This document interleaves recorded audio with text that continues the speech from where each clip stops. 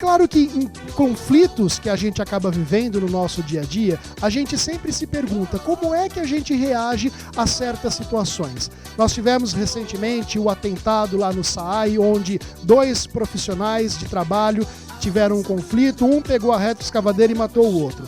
Outro dia teve o caso na escola onde um cara entrou e matou não sei quantas crianças. Então assim, o mundo está numa violência só. Como é que a gente encara todos esses problemas? Para conversar com você de casa, estamos recebendo a psicóloga, a doutora Alexandra Lopes. Seja bem-vinda ao nosso programa, Alê. Aliás, eu tenho que fazer um agradecimento especial, porque daqui a pouquinho, pós o programa do Ferreira terminar, a participação com a doutora Alexandra, ela vai para o aeroporto. Então, gentilmente, ela abriu essa exceção na agenda para estar aqui com a gente, conversando com vocês de casa. E, Alexandra, de fato, os dias de hoje estão, assim, assustadores no noticiário. Como é que a sociedade está digerindo todas essas informações? Na verdade, não está digerindo, né, Matheus? Eu acredito que dentro da clínica, o que nós estamos vendo é que a população está sendo atropelada por um número muito grande de notícias ruins. Então não dá tempo nem de absorver uma coisa, já vem outra coisa, né? E é um fenômeno, um sintoma social, eu posso chamar, né?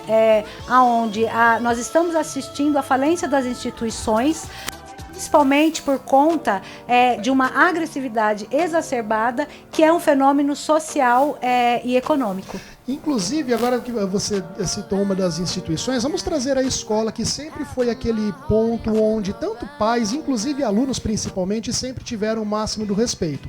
Hoje em dia, essa normalidade está totalmente diferenciada por conta, inclusive, dos últimos acontecimentos. Os pais estão preocupados em levar os filhos na escola, apesar da segurança e policiamento ter sido reforçado, mas existe aquela certa insegurança. Por que uma escola ser um ponto de ataque? A gente fica perdido, não? Sim, na verdade não é só a escola, mas vamos usar esse ponto aí para pensar. A escola, ela representa a lei.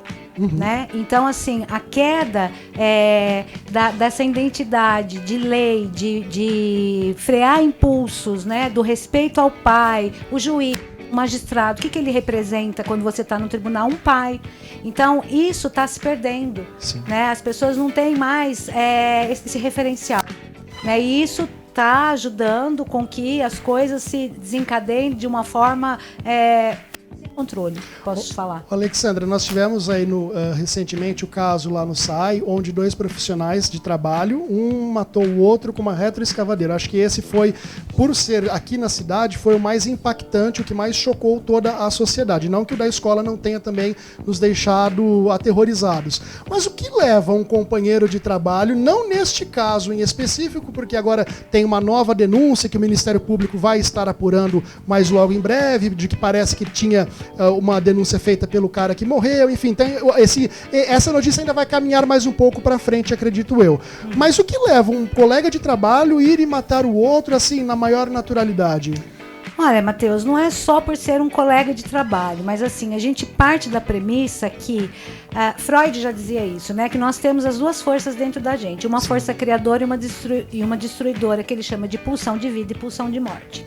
Para a gente viver em civilização, a gente tem que conter os nossos impulsos. O que está acontecendo hoje é que as pessoas não estão conseguindo conter os próprios impulsos, então a violência, ela é uma tentativa de um triunfo sobre uma realidade limitada e limitadora, porque todos nós somos limitados e a vida nos impõe limitações. Nós envelhecemos, nós perdemos pessoas, nós nos frustramos. Então, é uma dificuldade muito grande de lidar com isso. Limitar os impulsos, não, limitar doutora? Os impulsos. Isso eu acho que hoje em dia está sendo mais difícil para todos, não? E no caso desses que nós citamos há pouco, eles extrapolaram qualquer limite possível que se possa colocar. Mas até mesmo nós, no nosso dia a dia, apareceu uma conta, eu fico nervoso, eu choro. A gente não consegue controlar esse impulso que é o choro, no caso. Como que a gente... Tem alguma dica que a gente consiga praticar? É claro que cada caso é um caso, mas existe algum passo passo que a gente possa utilizar para controlar estes impulsos, doutora? Olha, Matheus, é um assunto bem amplo, mas assim, só vou dar um exemplo aqui. Uma pincelada. A gente não tem que frear, na verdade, o que a gente sente, emoções. Frear emoções significa uma bomba relógio, que vai disparar em anorexia, numa depressão sem uma figuração, uma bulimia. Mas o que nós temos que fazer é aprender a conviver com a frustração. Vou dar um exemplo de uma pessoa que sabe disso e uma que não sabe disso. Você e eu, por exemplo, esperamos, né? Sabemos que a gente pode ficar com raiva de alguém e ter vontade de matar, mas a gente sabe que a gente não pode. Sim. Essa é a diferença nossa para aquele que não freia o impulso. Ele vai lá e mata.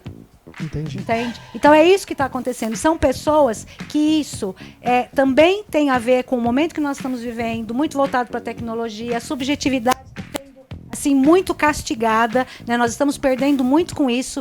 Então, essas pessoas que estão tendo já tem uma tendência, né? Mas que estão tendo esses tipos de comportamento são pessoas que estão tendo uma falha. Acho que sumiu.